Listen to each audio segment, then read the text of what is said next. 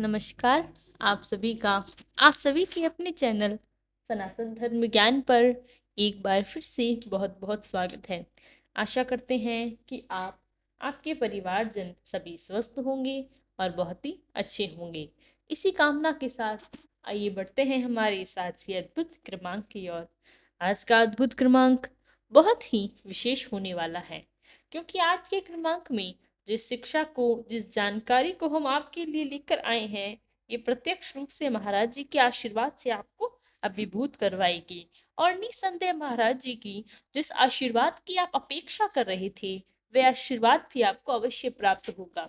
तो इसीलिए क्रमांक को अवश्य पूरा सुनिएगा और इस वीडियो को अंत तक अवश्य देखिएगा, ताकि एक एक वक्तव्य आपके मस्तिष्क में एक छाप छोड़ कर जाए। निसंदेह आप अपने जीवन में अग्रसर हों। तो इसीलिए आइए प्रारंभ करते हैं आज के दिव्य क्रमांक को। देखिए, महाराज जी के जितने भी अनन्य भक्त हैं, उनमें से कौन सा भक्त यह नहीं चाहेगा कि उनके जीवन में महाराज जी के आशीर्वाद की कृपा ना बरसे। हर अनन्य भक्त जीवन में यह बात चाहता है। तो इसीलिए आज के क्रमांक में जिस मुख्य बिंदु पर हम चर्चा करने वाले हैं, यह बात आपके जीवन को एक नई दिशा तो देगी ही, साथ ही साथ महाराज जी के अनुभवों से आपका साक्षात्कार करवाएगी।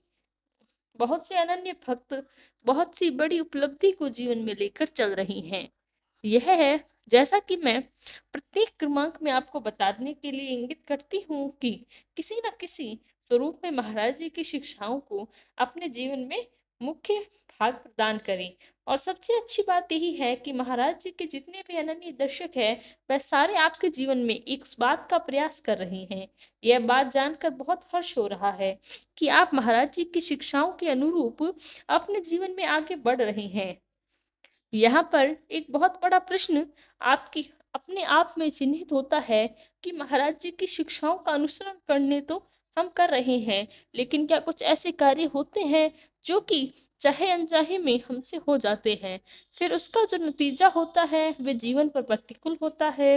अर्थात कहने का आशय यह है कि अगर आप महाराज जी की शिक्षाओं के अनुरूप जीवन में आगे बढ़ रहे हैं, ऐसी कौन सी चीजें हैं जो आप नहीं करना चाहिए, जिससे आपके जीवन में नकारात्मक प्रभावों को आपके जीवन का मुख्य घर बना लेते हैं। आज इसी पर हम चर्चा करेंगे, क्योंकि अभी तक हम इस बात पर चर्चा कर रहे थे कुछ दिनों से कि क्या आपको करना चाहिए, लेकिन आज के क्रमांक में हम आपको बताएंगे कि क्या आपको नहीं करना चाहिए। अगर आप महाराज जी के अनन्य भक्त हैं तो इस क्रमबद्ध तरीके से सुने। आइए बात करते हैं पहले बिंदु की कि आपको कौन सा कार्य नहीं करना है। यदि आप महाराज जी के अनन्य भक्त हैं, जैसा कि आपने महाराज जी की मुख्य शिक्षा स्तंभों में भी पहला जो शिक्षा स्तंभ है उसके बारे में अवश्य सुना होगा। महाराज जी कहते हैं कि आप आध्यात्मिक बनिए। आप जीवन में जितने ज्यादा आध्यात्मिक यात्रा पर निकलेंगे, उतना ज्यादा आपके जीवन को और ज्यादा मजबूती और ज्यादा अद्भुत बना लेंगे। लेकिन इसके साथ कौन सी ऐसी चीज है जो आपको नहीं करनी है। देखिए, महाराज जी कहते हैं कि जो व्यक्ति आध्यात्मिक प्रवृत्ति का होता है, अर्थात जो व्यक्ति आध्यात्मिक प्रवृत्ति को अपना लेता है, ऐसे कार्य को भूलवश भी नहीं करना चाहिए। कि यह जब बात आती है कि अध्यात्म की, तो निस्वार्थ उसमें शामिल होना होती है। निस्वार्थ शब्द का अर्थ क्या है, आइए पहले इसको जानते हैं, क्योंकि बहुत से अनन्य दर्शक इस पर भी संशय होता है। निस्वार्थ का अर्थ क्या होता है। जिस भी कार्य को आप उसमें कभी भी भाव अर्थात उस कार्य का गुणगान आपको नहीं करना चाहिए। सबसे बड़ी भूल यही होती है।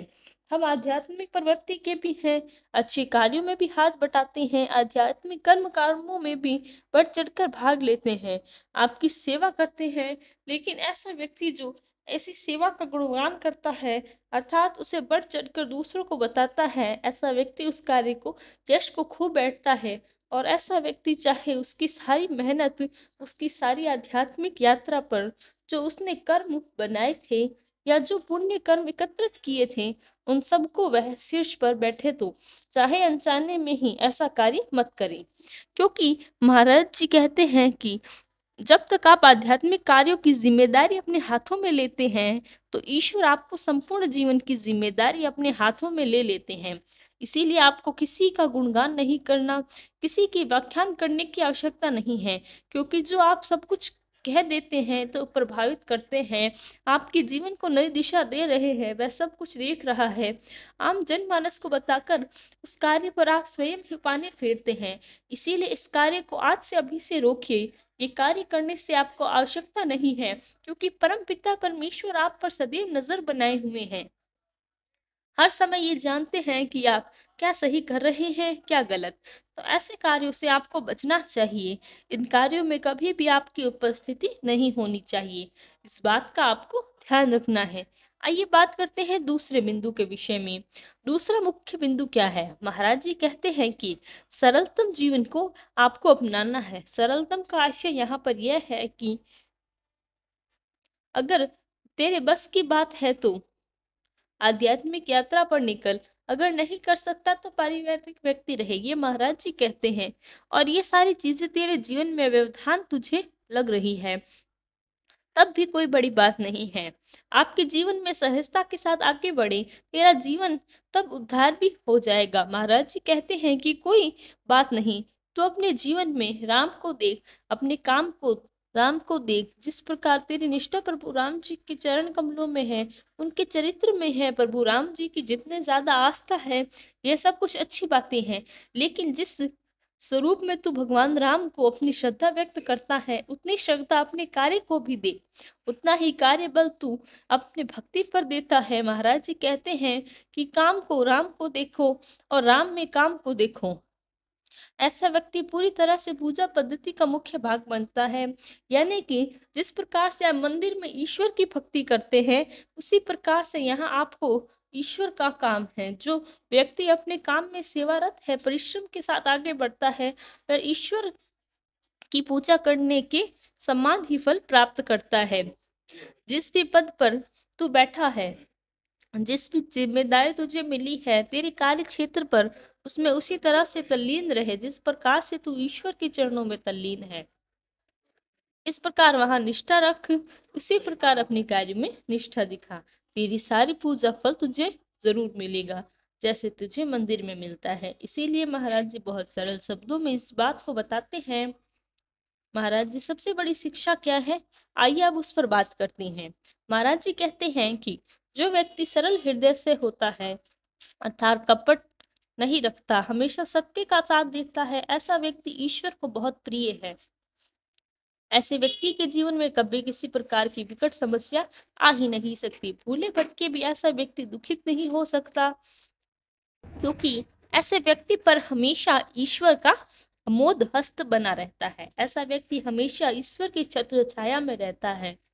ऐसा व्यक्ति निष्कपट भाव से दूसरों की सेवा करता है, अपने कार्यों में लगा रहता है, साथ में ईश्वर की थोड़ी सी भक्ति करे, तो ऐसा व्यक्ति दूसरों को बहुत ज्यादा प्रभावित भी करता है। तो यही था हमारा आज का क्रमांक। आशा करते हैं क्रमांक आपको पसंद आया होगा। यदि क्रमांक पसंद आया हो तो लाइक, कमेंट, शेयर और चैनल को सब्सक्राइब करना बिल्कुल ना भूलें। साथ ही साथ यदि आपका कोई प्रश्न है तो हमें लिखकर बताएं, हम उसका भी प्रत्युत्तर अवश्य देंगे। कल फिर मुलाकात होगी ऐसे ही एक अद्भुत क्रमांक के साथ। तब तक के लिए धन्यवाद। जय गुरुदेव।